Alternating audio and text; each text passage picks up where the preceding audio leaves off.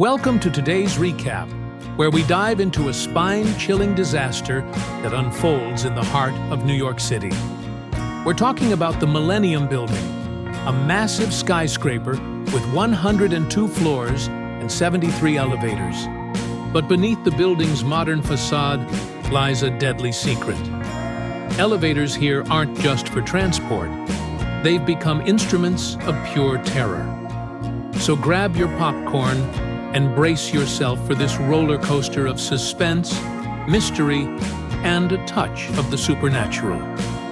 Our story kicks off with two bored security guards, Andy and Gary, stationed at the observatory deck on the Millennium Building. It's a rainy night, and these guys are using the telescope for some, let's call it, recreational viewing. They're spying on their neighbor, who's hosting a wild party.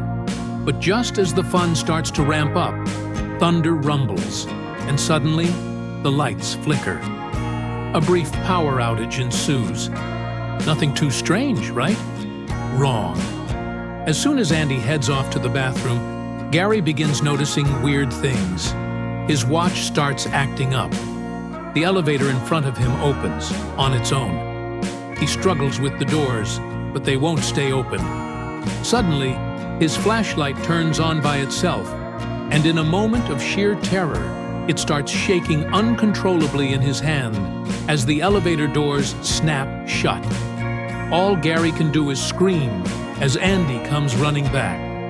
He finds Gary holding a broken flashlight, terrified of the elevator. Andy laughs it off. What could go wrong with a simple elevator, right? Fast forward to the next day. A group of pregnant women finishes their yoga class and pile into one of the building's elevators. But something's wrong. The elevator starts descending way faster than normal. Sparks fly. The car suddenly halts. Panic sets in as they try to press buttons, call for help, even use their phones. Nothing works. No signal. No hope. This is where things get really tense. The guards notice the alarm going off again, but assume it's another false alarm, as it's been happening all week. Big mistake.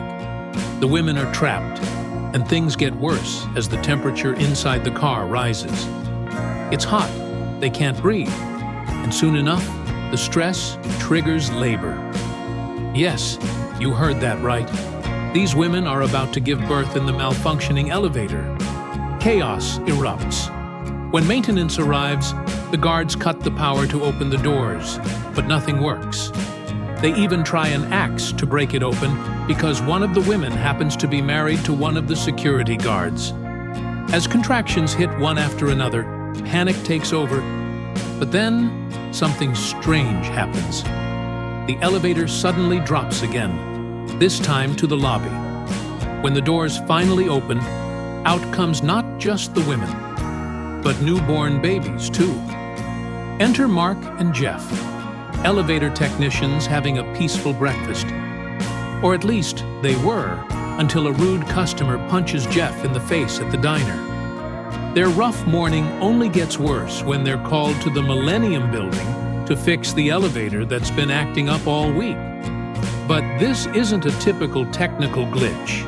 What they're about to uncover will push them into a deadly situation. At the same time, investigative reporter Jennifer arrives at the Millennium Building to get the scoop on the elevator incident with the pregnant women. Little does she know, she's about to uncover a story bigger than she ever imagined. Meanwhile, strange events continue. A blind man and his guide dog enter the elevator, but instead of going down, the elevator takes them all the way up to an empty floor, 91, where no one could have possibly called for it. The dog starts growling, and when the man tries to leave, the elevator opens its doors, revealing nothing but an empty shaft. The poor man falls, clinging to the edge, but even his loyal dog can't save him, and both plummet to their deaths. Later that night, our two favorite guards, Andy and Gary, decide to steal some whiskey and have a little fun. But when they get a call about another elevator mysteriously moving, their excitement turns to dread. The elevator is moving on its own, and when they finally check it, the box opens to reveal the hanging body of the guide dog. Things spiral out of control, and before Andy can react, the elevator decapitates him in a gruesome accident. With the Millennium Building shutting down all the elevators due to these unexplained accidents, panic spreads among the tenants and tourists. But Jennifer isn't done investigating. She confronts Mark, who's been brought back to check the elevators again. Jennifer suspects something more sinister is going on. Maybe the elevators are haunted. Mark dismisses the idea, but is intrigued by her determination. As they dig deeper, Mark discovers that his former partner had mysteriously self-deleted, just like Jeff, both elevator technicians who supposedly took their own lives. But Mark isn't buying it anymore. Something much darker is at play here. Meanwhile, the building becomes a playground for disaster. A pair of carefree roller skaters enter the parking lot when one of them is suddenly sucked into an elevator, only to be launched out of a window from the 86th floor. His body crashes to the ground, leaving authorities scrambling for answers. And just as Mark starts piecing things together, Jennifer shows him security footage that reveals the impossible. The elevator made the journey from the parking lot to the 86th floor in just 2 seconds. As Jennifer and Mark dig further, they uncover a horrifying truth. The company responsible for the elevators, Kodelt Industries, had been involved in secret military projects, developing biochips made from living tissue. These chips, designed to mimic brains, were supposed to create smarter machines. But something went terribly wrong. The chips developed a mind of their own, growing and reproducing like a living organism. Suddenly, the White House gets involved, with the president labeling the elevator accidents as acts of terrorism. But Mark and Jennifer know better. It's no terrorist. It's the biochips inside the elevators, controlling them like a living entity. In a race against time, Mark sneaks into the building to destroy the biochip at the heart of the elevator system. He's chased by armed cops and dodges obstacles, but eventually makes it to the top of the Millennium Building, where the real horror lies. He discovers the glowing biochip and begins stabbing it, trying to destroy the monster machine. The building shakes, the elevators catch fire, and the cops try to capture him, thinking he's the terrorist behind all this. But the biochip won't die without a fight. Cables from the elevator shaft lash out like tentacles, trying to strangle Mark, but he refuses to give up. Finally, with one last explosive shot, Mark destroys the chip, stopping the nightmare once and for all. In the aftermath, Mark is hospitalized but alive. Jennifer, always the persistent reporter, comes to visit him, and the two share a romantic kiss as the elevator doors ominously close behind them.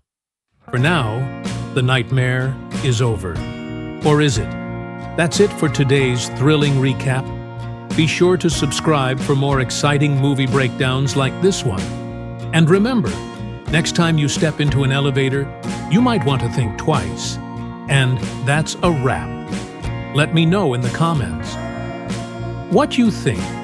Does this movie have you second-guessing your next elevator ride? And with that, our wild ride through the Millennium Building comes to an end. The mystery, the thrills, and the terrifying spectacle of killer elevators made for a movie that's as suspenseful as it is deadly. If you enjoyed this heart-pounding recap of The Lift, make sure to smash that like button and hit subscribe for more thrilling movie recaps like this one.